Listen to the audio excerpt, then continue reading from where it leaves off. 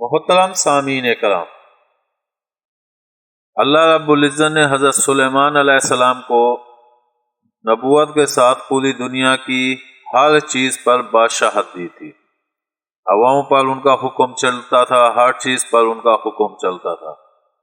تفسیر ابن کثیر میں ہے، تخت سلیمان علیہ السلام جو ہوا پر چلتا تھا، اس کی یہ کیفیت بیان کی ہے کہ حضرت سلیمان علیہ السلام نے لکڑی کا ایک بہت وسیع تخت بنوایا تھا، جس پر خود معیان سلطنت اور لشکر اور آلات حرب کے سب سوار ہو جاتے۔ آگے بڑھنے سے پہلے آپ ہمارے چینل کو سبسکرائب کر دیں، ساتھ ہی بیل آئیکن کو پریس کر دیں تاکہ ہماری ہر نئی ویڈیو کا نوٹیفیکیشن آپ کو ملتا رہے۔ پھر ہوا کو حکم دیتے وہ اس عظیم الشان وسیع و عریض تخت کو اپنے کندھوں پر اٹھا کر جہاں کا حکم ہوتا وہاں جا کر اتار دیتی تھی۔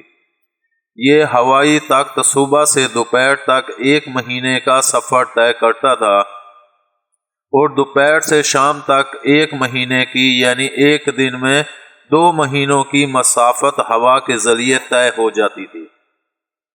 ابن ابی حاتم نے حضرت سعید بن جبیر رضی اللہ تعالیٰ عنہ سے نقل کیا ہے کہ اس تخت سلیمانی پر 6 لاکھ کرسیاں رکھی جاتی تھیں، جس میں حضرت سلیمان علیہ السلام کے ساتھ اہل ایمان انسان سوار ہوتے تھے، اور ان کے پیچھے اہل ایمان جن بیٹھتے تھے۔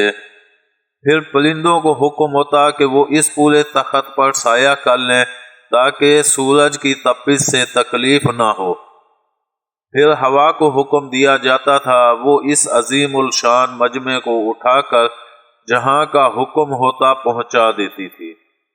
اور بعض روایات میں ہے کہ اس ہوائی سفر کے وقت پورے راستے میں حضرت سلیمان علیہ السلام سر جھکائے ہوئے اللہ کے ذکر و شکر میں مشغول رہتے تھے، دائیں بائیں کچھ نہ دیکھتے تھے اور اپنے عمل سے تواضع کا اظہار فرماتے تھے۔